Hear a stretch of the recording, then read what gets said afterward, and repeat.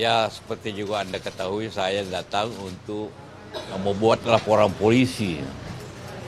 Ternyata panjang juga prosesnya. Laporan polisi, ya saya melaporkan saudara Risman Sianipar atas perbuatannya yang saya anggap itu merugikan saya karena mengatakan saya ini mendanai Rusuri dan kawan-kawan untuk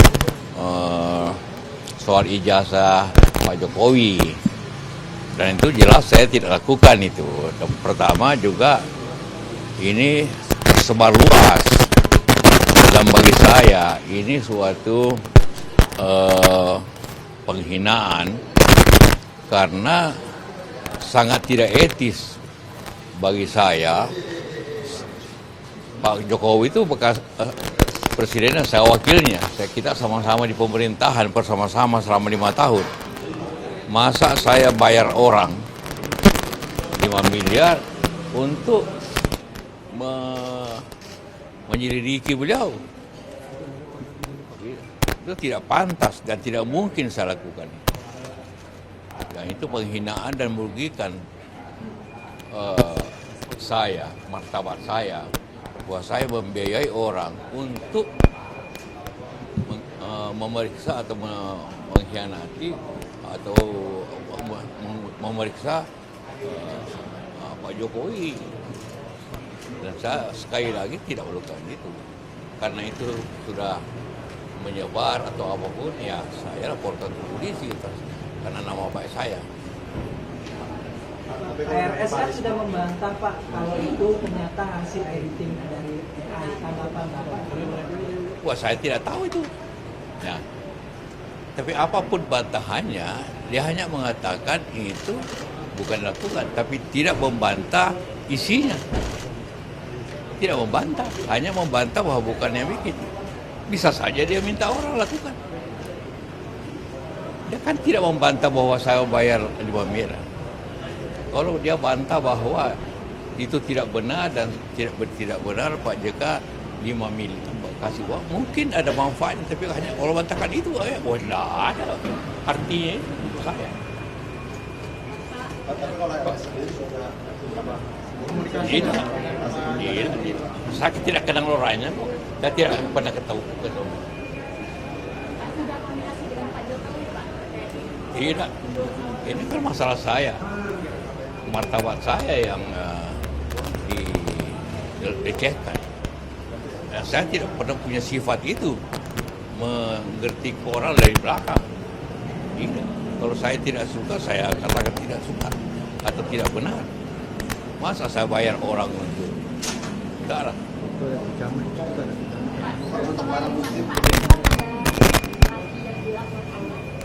Nah, itu aja. Termasuk juga aja mengedarkan itu berita. Oh, ada dong. Ya rekaman macam-macam di TV kan itu direkam semua, kan ada rekaman. Ya sebenarnya kasus ini kan sudah 2 tahun, 3 tahun.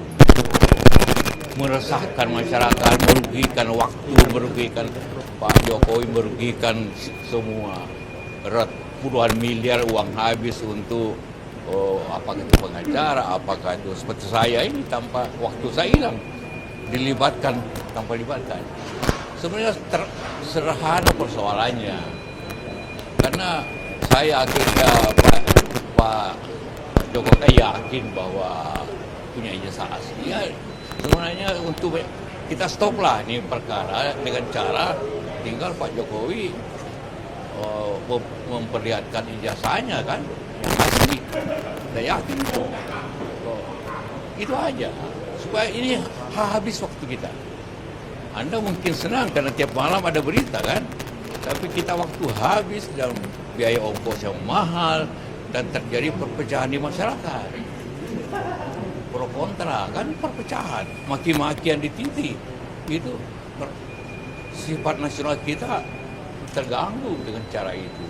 Jadi Tinggal saya yakin Pak Jokowi mengerti bagaimana kerugian sosial kita, masalahnya ini 2 tahun, 3 tahun. Tinggal dikasih lihat selesai. Ya. Kasih lihat masyarakat saja. Selesai. Ya, saya yakin itu Pak Jokowi akan begitu. Karena daripada kita berseteru, ada kelompok berseteru bertahun-tahun, hilang waktu, hilang harkat sosial, hilang. Nah, itu yang kita harapkan penyelesaian. Selesailah bulan ini yang menunjukkan ini jasa saya. Selesai lagi. Saya yakin dan pasti Pak Jokowi tidak menginginkan sebagai mantan presiden, tidak menginginkan masyarakat ini pecah belah karena soal kecil ini. Ya, setuju kan? Nah, ya. Udah. Terima kasih. Isu lain boleh Pak, isu lain Pak. Oke. Pak izin foto Pak. Bentar foto-foto guys.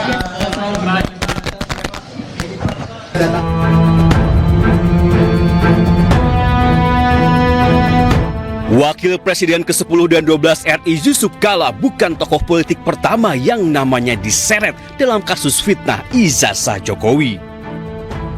Sebelumnya muncul nama Presiden ke-6 Susilo Bambang Yudhoyono. Akun anonim di media sosial menyebut SBY ikut bermain dalam isu ijazah Jokowi. Partai Demokrat meradang dan langsung polisikan 4 akun tersebut. Tak lama muncul 3 nama lain, yakni Agus Harimurti Yudhoyono atau AHY, Puan Maharani, hingga Rizik Syihab. Sebuah kanal YouTube menyebut ketiganya berada di balik penyebaran isu ijazah Jokowi. Belakangan, kanal YouTube itu raib. Jokowi tanggapi santai, mengaku tidak ingin menuduh siapapun.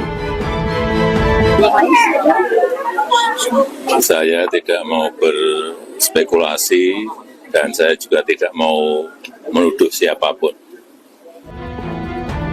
Jokowi mungkin lupa sebelumnya ia sendiri yang menuduh ada orang besar di balik isu ijazah miliknya. Feeling saya mengatakan ada agenda besar politik dalam tuduhan ijazah palsu maupun pemakzulan. Artinya memang ada orang besar. Tuduhan Jokowi akhirnya timbulkan spekulasi publik hingga memunculkan berbagai nama besar.